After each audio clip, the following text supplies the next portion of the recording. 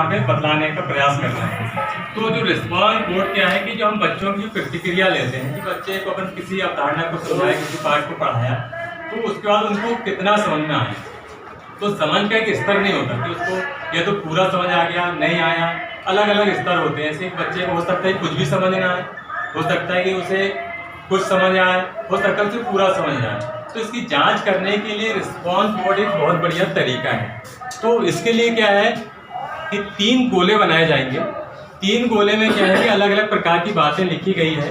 तो जैसे सबसे पहले जो गोला बनाया जाएगा तो उसमें क्या रहेगा कि जैसे ये है कि मुझे कार्य के सभी भागों में मदद चाहिए। कि कुछ बच्चे ऐसे होंगे कि जिनको उस अवधारणा के बारे में कुछ भी वो सीख नहीं पाए, कुछ जान नहीं पाए, तो वो बच्चे आके क्या काम करेंगे कि उस गोले में आके टिक कर देंगे। या हो सकता है कि अपन उनसे नंबर भी लिखवा सकते हैं। जैसे अपन जो रोल नंबर रहते हैं क्लास के, वो नंबर आके भी लिख सकते हैं। इससे क्या हो सकता है कि पर्टिकुलर अपन उनकी जांच भी कर सकते हैं कौन सा बच्चा था जिससे ये नहीं बन पाया।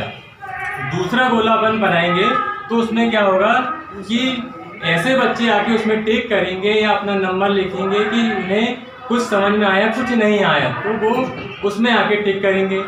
तीसरा गोल रहेगा जिसमें ऐसे बच्चे आके टिक करेंगे कि जिन्हें किसी प्रकार की मदद नहीं चाहिए, दोबारा में उस अवधारणा को पूरी तरीके से समझ चुके हैं। तो इस तरीके से रिस्पॉन्स बोर्ड का उपयोग करेंगे। तो छोटी सी गतिविधि के माध्यम से, छोटी से छोटी गतिविधि के माध्यम से हम उसको समझाने का प्रयास कर रहे हैं। जैसे विषय वस्तु रहेगी गणित के अंतर्गत आयत हम समझा रहे हैं, तो आयत के विषय में हम समझाएं कि यही मान लो ये ब्लैक बोर्ड है। बच्चे कहे बेटा ब्लैक बोर्ड कैसा दिख रहा है, इसकी आकृति कैसी दिख रही है, इधर का ये नीचे की भाग कैसा दिख रहा है और ऐसा कैसा खड़ा कैसा दिख रहा है। खड़ा वाला भाग लंबा दिख रहा है सर। हाँ। और ये जो आड़ा वाला भाग है वो कहते छोटा दिख रहा है। रूल या स्केल से उसको बता देना आपके, वो कहेगा कि इधर की लंबाई ज़्यादा लग रही है, ऊपर और नीचे की लंबाई ज़्यादा लग रही है सर। कब ज़्यादा लग रही है। फिर उसको समझाए स्केल लेके, स्केल से भी वही स्केल आयत बनाने के लिए स्केल की सहायता से हम इसको बना सकते हैं। जिस आकृति की आमने सामने की भुजाएं बराबर होती है उसे हम आयत कहते हैं। फिर उसको बता दें हम सेंटीमीटर से बना सकते। जैसे ये दरवाजे कैसे है सर, दरवाजे किस रूप में है? आयत के रूप में। खिड़की के विषय में बता दें, ये भी आयताकार है।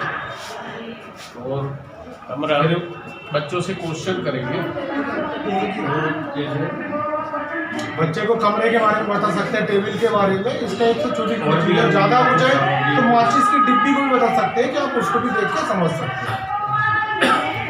बेटा रामू, ये आयत के विषय में समझ आ गया? नहीं सर, कुछ भी समझ नहीं है। कुछ भी समझ नहीं आया तो ये जाएगा मुझे कार के सभी भागों में मदद चाहिए कि उसमें टिक कर देंगे। और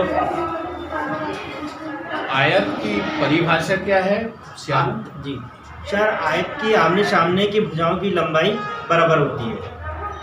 ठीक है, तो ये जाएगा मैं ये कार स्वयं कर सकता हूँ, मतलब उसको समझ में आ गया, परिभाषा जान रहा है। इस प्रकार से हम बच्चों का आकलन कर सकते हैं। मैं सुमरलाल पाटिल, सहायक शिक्षक। सर, ये जो हमारा कहते हैं बच्चों की समझ के स्तर में रिस्पॉन्स बोर्ड का कहते हैं जो चिन्ह दिया गया है, तो रिस्पॉन्स बोर्ड में जो टिक का मार्क हमारा राइट का टिक है। जो बच्चे मतलब सक्षम है, मुझे कार के सभी भागों में मदद चाहिए होगी, तो उसके नाम के आगे कहते हैं हम लोग ये वाला कहते हैं रिस्पॉन्स बोर्ड के टिक का उपयोग कर सकते हैं। इसमें मतलब टिक लगा सकते हैं। जैसे ये सेकंड पे लेगा मुझे कार्य के कुछ भागों में मदद चाहिए होगी।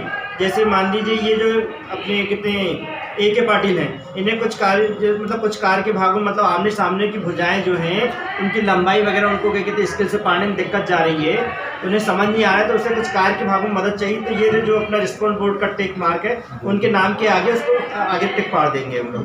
और हम लोग रिस्पॉन्स बोर्ड के टिक जो है ये राइट के अलावा हम बहुत सारे टिकों का उपयोग कर सकते हैं। जैसे एक बिंदी रख सकते हैं, आयत का बना सकते हैं और ये वर्ग का बना सकते हैं। मतलब हमारी एक सुविधा के अनुसार हम रिस्पॉन्स बोर्ड के टिक अपने हिसाब से पाड़ सकते हैं।